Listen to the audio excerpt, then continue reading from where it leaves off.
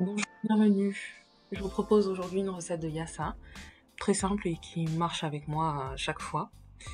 Alors pour les ingrédients, il vous faudra du poulet, 1 kg à peu près d'oignons, un poivron, les quantités exactes sont sur le blog, donc citron, ail, sel, poivre, cube de bouillon, de l'huile, du riz blanc pour accompagner et une cuillère à soupe de moutarde qu'on ne voit pas sur la photo.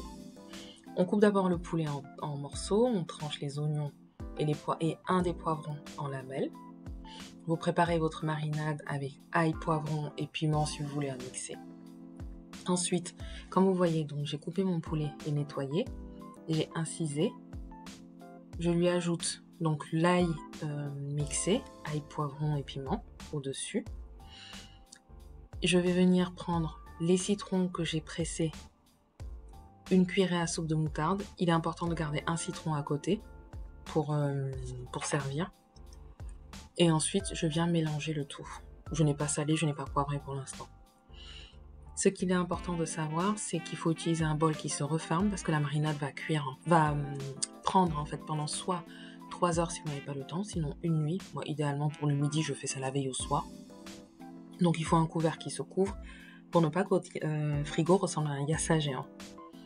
Donc pour mélanger, je me suis lavé les mains et j'ai utilisé les mains pour que vraiment la marinade pénètre bien le poulet. Une fois que c'est mélangé, je viens rajouter donc les oignons que vous voyez tranchés en lamelles et un des poivrons.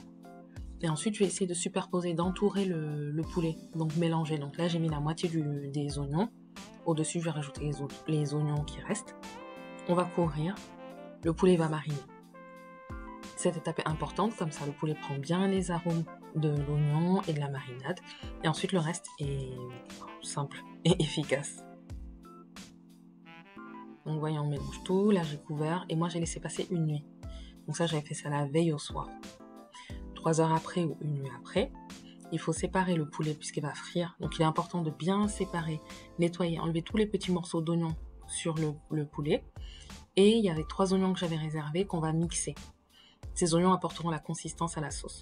Donc on commencera par faire frire le poulet et ensuite on va frire les oignons dans l'ordre que je vous montrerai. 5 minutes chaque face pour le poulet pour qu'il soit bien doré. Je réserve, on réduit l'huile, on fait dorer 5 minutes les oignons mixés.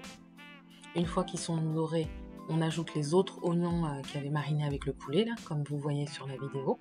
On mélange bien, ça mijote. Les oignons vont rendre de l'eau, donc remuez de temps en temps pour ne pas que ça accroche. Au bout de 10 minutes, vous allez voir à quoi ressemble la sauce. Pour l'instant, je n'ai pas rajouté d'eau. Donc là, c'était 10 minutes avant, du coup. Vous voyez, au bout de 10 minutes, les oignons ont bien réduit. Ça fait vraiment une confiture, une espèce de compote qu'on voit. C'est bien doré. Je viens rajouter maintenant le poulet au-dessus, délicatement. Et ensuite, on va donc mélanger, ajouter 500 ml d'eau, réduire le feu et laisser mijoter pendant à peu près 40 minutes.